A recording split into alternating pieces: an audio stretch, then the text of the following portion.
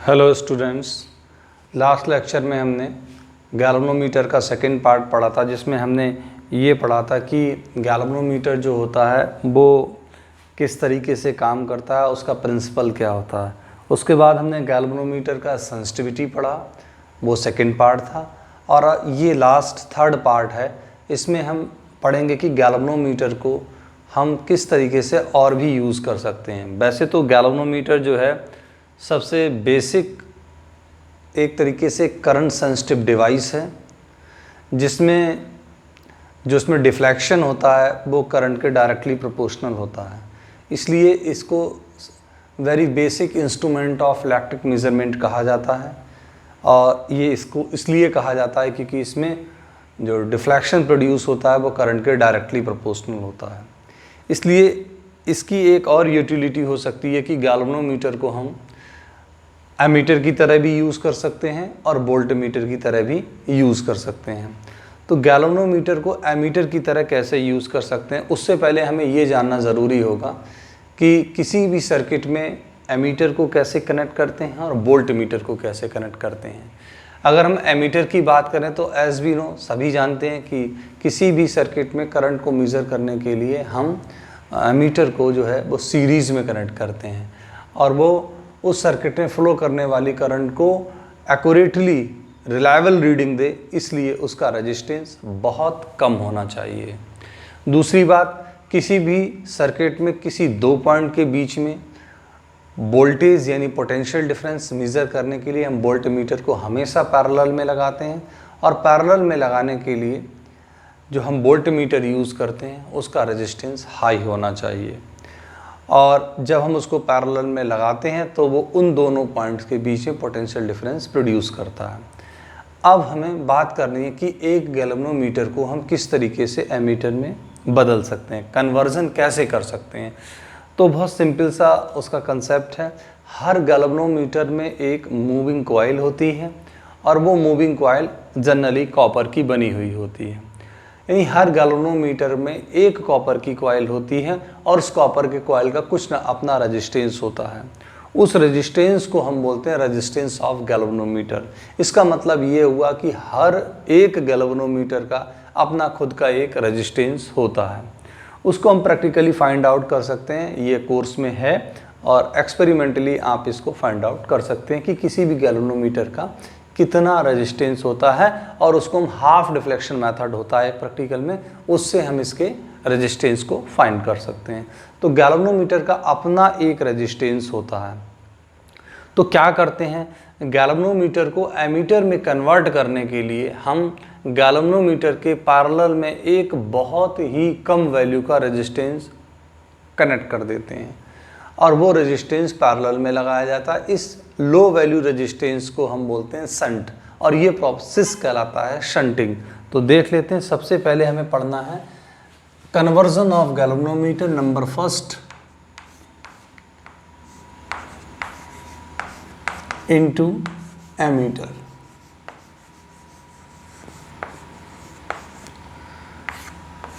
Ammeter में बदलने के लिए हम मान लेते हैं कि हमारे पास एक जो है गैल्वेनोमीटर है, और इस गैल्वेनोमीटर का अपना एक रेजिस्टेंस Rg है। अब है क्या, हर एक एमीटर एक गिवन रेंज के लिए काम करता है। 0 से 2 एम्पियर, 0 से 2 मिली एम्पियर, 0 से 2 माइक्रो एम्पियर। तो एक एमीटर की अपनी एक रेंज होती है, ठीक है। तो हम जो है गैल्वेनोमीटर को एमीटर में बदलने जा रहे हैं, तो सबसे पहले हम ये मान लेंगे कि हमने इसके रेजिस्टेंस को कम करने के लिए एक लो वैल्यू यहाँ रेजिस्टेंस पैरेलल में लगा दिया। इसको हम बोलते हैं शंट, और ये प्रोसेस कहलाता है शंटिंग। और हम यहाँ पर एक ऐसा गैल्वेनोमीटर बनाने जा रहे हैं जिसकी रेंज 0 से I एम्पियर है। कितना है? 0 से I एम्पियर। अब हुआ क्या, जिस सर्किट में हमने इसको कनेक्ट किया उस सर्किट में जो टोटल करंट था वो था I करंट फ्लो कर रहा था। I में से IG करंट इसने अपनी विड्रॉ कर ली। ये IG करंट जो है स्मॉल करंट होती है, और ये गैल्वेनोमीटर से होकर गुजरेगी। तो इधर कितनी करंट होकर गुजरेगी, तो ये गुजरेगी I माइनस IG। ये करंट इधर आई, वापस हमें आई मिल गई।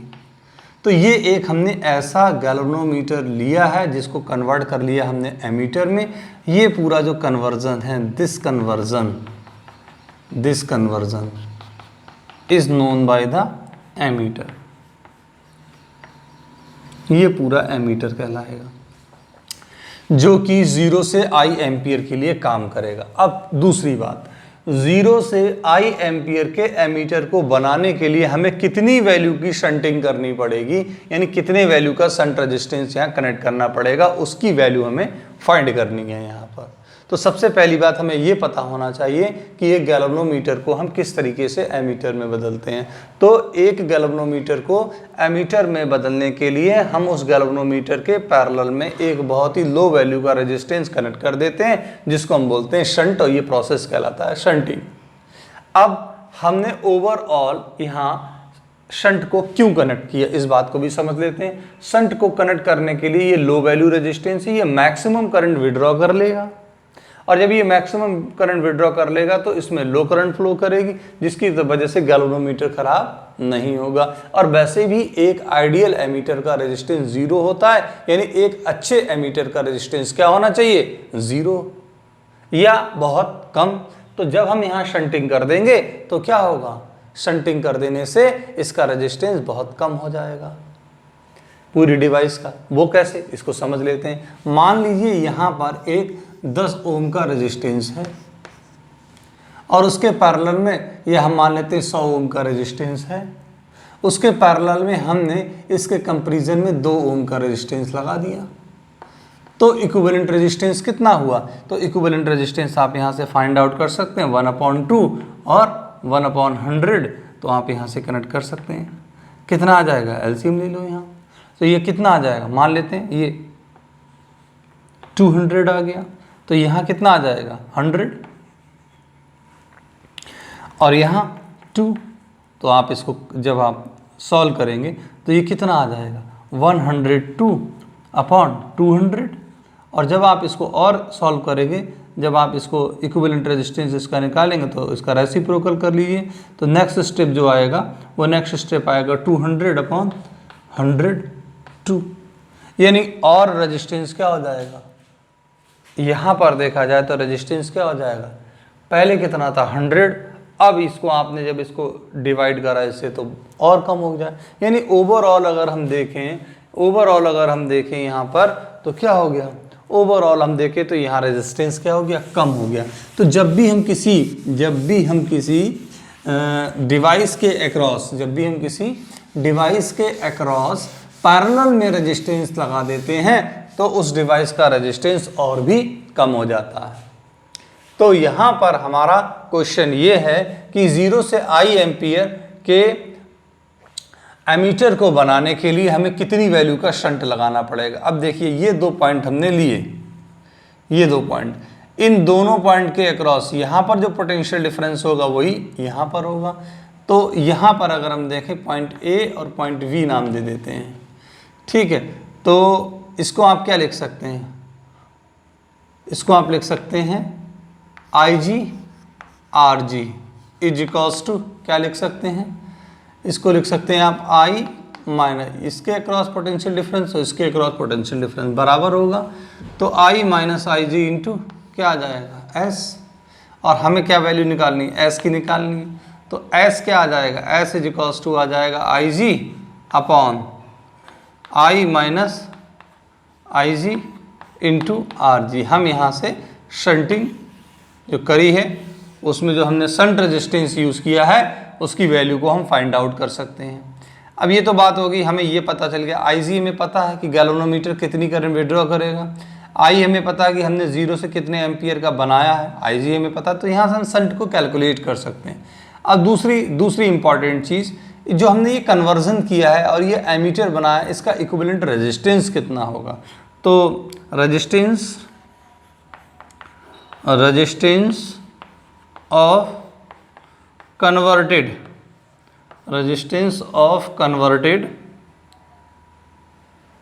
एमीटर, तो रेजिस्टेंस ऑफ कन्वर्टेड एमीटर कितना होगा उसको हम निकाल सकते हैं। यहाँ दो रेजिस्टेंस है, एक RG है और एक S है। तो इक्विवेलेंट रेजिस्टेंस हम इसका RA मान ले रहे हैं। Equivalent resistance of converted ammeter is equals to 1/S plus 1/RG। और जब हम इसको सॉल्व करेंगे तो RA इज इक्वल्स टू कितना आ जाएगा, RG into S/RG plus S। ये इसका क्या आ जाएगा, ये वो रेजिस्टेंस है जो हमने कन्वर्ट करके एमीटर बनाया, यानी ये कन्वर्टेड एमीटर का रेजिस्टेंस है। तो इस तरीके से गैल्वेनोमीटर को हमने किस में बदल लिया, एमीटर में बदल लिया, और एक अच्छे एमीटर का रेजिस्टेंस कम होना चाहिए। अब बात करते हैं दूसरी तरफ। दूसरी तरफ हम एमीटर को अब बदलने जा रहे हैं, उसको गैल्वेनोमीटर को बदलने जा रहे हैं वोल्ट मीटर में, इनटू वोल्ट मीटर।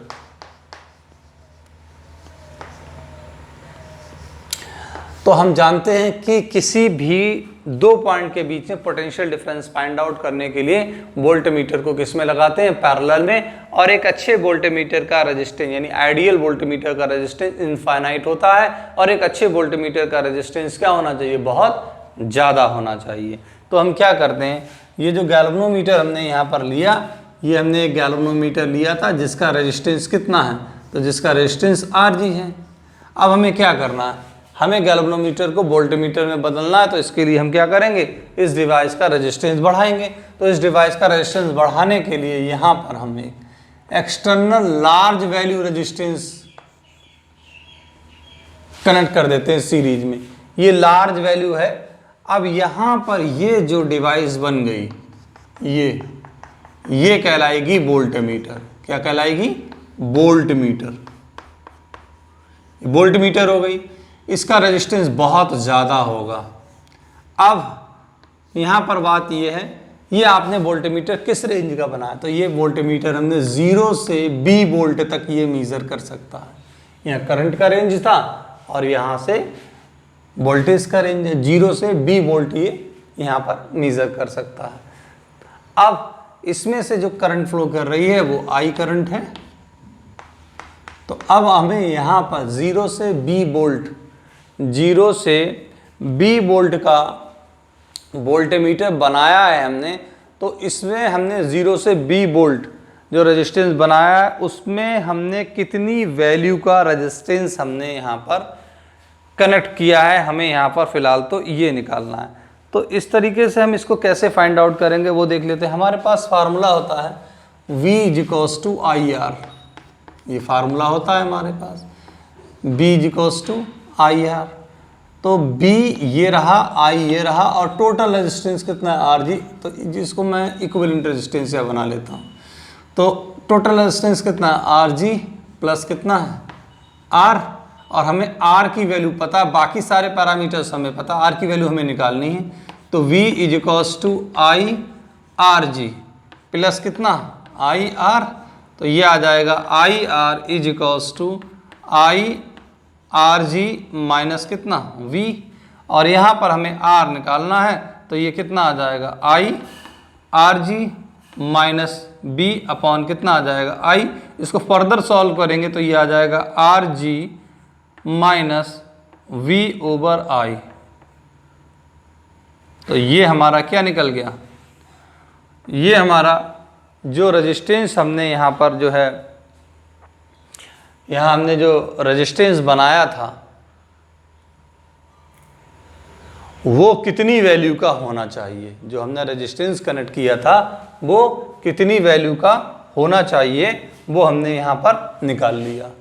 तो अगर हम देखें यहाँ बेसिकली, तो हमें ये पता चल गया कि 0 से B वोल्ट के वोल्टमीटर को बनाने के लिए हमें कितनी वैल्यू का लार्ज जो है वो रेजिस्टेंस यहाँ पर कनेक्ट करना पड़ेगा, वो हमने फाइंड आउट कर लिया।